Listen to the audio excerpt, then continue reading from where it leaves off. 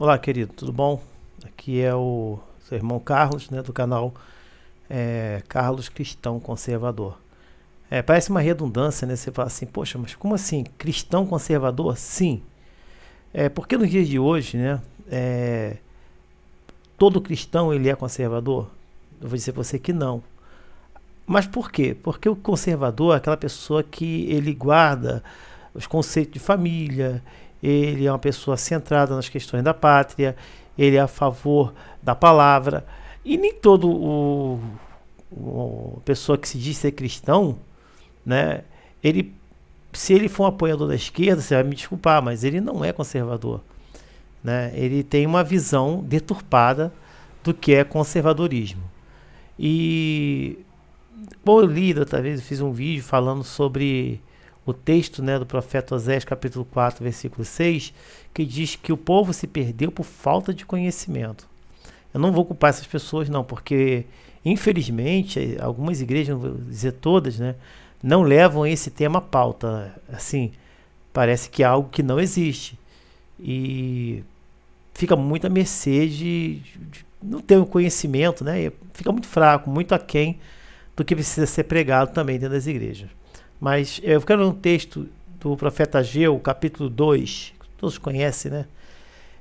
Versículo 9, que diz assim: a glória última desta casa será maior que a primeira, diz o Senhor dos Exércitos, e darei paz a este lugar, diz o Senhor dos Exércitos. Vamos lá. Esse texto aqui está falando, né? Quando o povo saiu do exílio babilônico, e ele, ao voltar para suas terras, né? E o povo fica meio rebelde, né? Assim, meio relaxado, a palavra certa é essa. Não se preocupa muito, né? E tem que tomar bronca até do profeta que a casa estava abandonada. O templo estava destruído, estava abandonado. E havia necessidade de reestruturar, de se reorganizar, fazer tudo de novo. E o profeta dá uma chamada no povo, né? Ele confirma, e depois ele fala assim, olha, a glória última, ou a glória da, como alguns separam o texto, dizendo a glória dessa última casa será maior que a da primeira, né? E vai ter paz nessa terra. Bom, onde eu quero chegar com tudo isso? Quando teve em 1984 a redemocratização, foi passado da mão dos militares, o governo, a maioria fala, o pessoal da esquerda fala que foi o golpe, né? O golpe militar, mas não foi.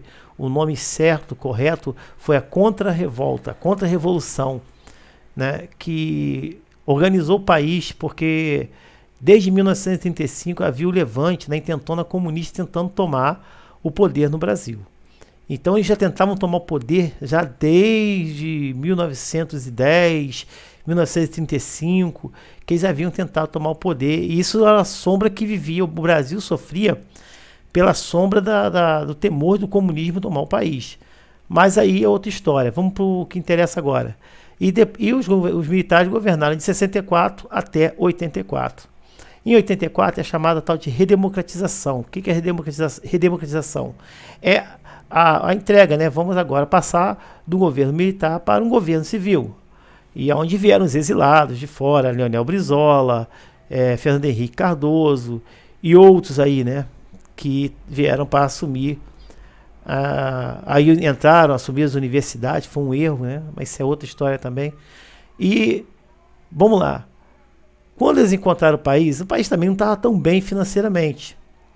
Mas havia valores, né? Se você observar, em 1964, só houve a contra-revolução em 64, só aconteceu porque teve apoio da população de bem, da igreja, a mídia, por incrível que pareça, a mídia estava lado a lado, a favor, ela foi a favor da contra-revolução.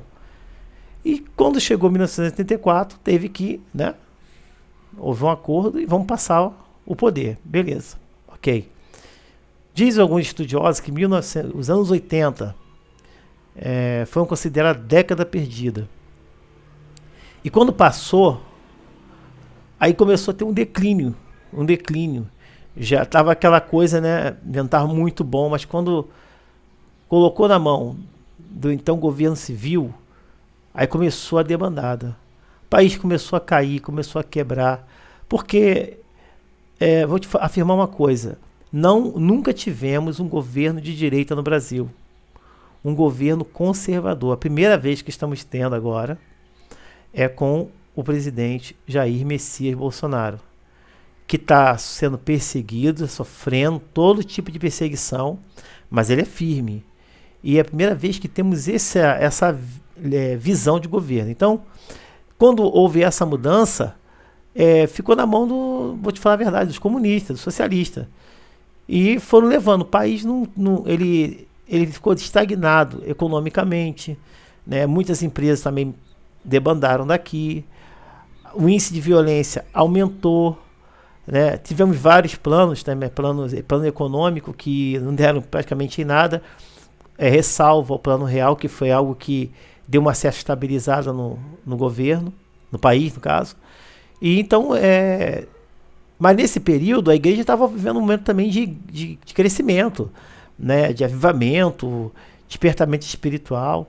Depois de 2000 para cá, aí começou a dar uma certa declinada, eu falando da igreja agora, na questão evangélica, na questão espiritual. E estamos vivendo hoje, eu vou afirmar para você que a igreja nunca será destruída, nunca será envergonhada, mas mediante o que está acontecendo no período dos dias de hoje, a igreja parece que perdeu um pouquinho da sua, não vou dizer essência ela não vai perder, mas um pouquinho da sua alegria. E por isso que esse texto está escrito aqui, que nós precisamos restaurar essa alegria da igreja. E só há restauração no movimento evangélico quando houver o que está escrito no Salmo 133, qual bom e qual suave é que os irmãos vivam em união. Esse texto parece para muitos até um texto, né, repetitivo, clichê, mas não é não, irmãos, é a realidade. Por isso que eu faço esse momento com você aqui dizendo que nós precisamos correr atrás dos nossos direitos, nossos conceitos, valores que são pregados no dia de hoje pelo presidente da República, pelo seu ministério, né, por alguns pastores que estão também entrando de frente também. Eu pude acompanhar o pastor João Ribe Palharim, que eu admiro muito, também está apoiando o governo. Querido, chegou a hora de você se posicionar, de nos posicionarmos e se desejamos que haja um avivamento, que haja um despertamento espiritual, que haja um momento de crescimento das igrejas no Brasil, é necessário que venhamos nos engajar para que não venhamos nos arrepender do que pode acontecer lá na frente. Aí eu vou repetir para você, você fala assim, mas irmão Carlos, não tem que se cumprir? Sim, tudo que está na Bíblia já está se cumprindo e vai se cumprir. Estamos vivendo agora rumores de guerra da China com Taiwan. Estamos vivendo também agora, tem a Rússia, né, com a Ucrânia, também, se não fala a memória, Kosovo. Então, quer dizer, o clima já está de guerra, mas a igreja, ela não tem que se posicionar. Nós temos que fazer o que é certo. O certo está nas nossas mãos. O errado é fácil de se fazer. O errado, no estalar de dedo, você faz. Você cumpre o erro quase todo dia. Eu faço. Quase todo dia, se deixar, nós erramos. Mas se pudermos nos posicionar diante da Bíblia, diante do que ela prega, será muito importante para o nosso crescimento espiritual. E eu creio que esse versículo ele tem que se cumprir na nossa vida. Que venhamos ser uma igreja forte, uma igreja alegre, uma igreja regozijante, mas que ela venha ter propósito. Imagina se essa igreja se unir em favor da democracia, em favor dos conceitos e valores. Ninguém segura essa igreja. Talvez você é batista, você seja da Universal, ou da Assembleia, ou metodista, ou quadrangular, ou católico, ou você até que de repente está aqui é espírita. Eu vou dizer para você que é necessário que nós venhamos lutar pelos nossos direitos, porque uma terra destruída, chamada de terra arrasada, é um caminho para nós perdermos a nossa liberdade. Então já conquistamos ela, vamos lutar até o fim. Não deixe de se engajar, continue sendo um conservador, patriota, servo do Senhor, um amigo do Evangelho, da Palavra. Deus te abençoe grandemente, no nome de Jesus.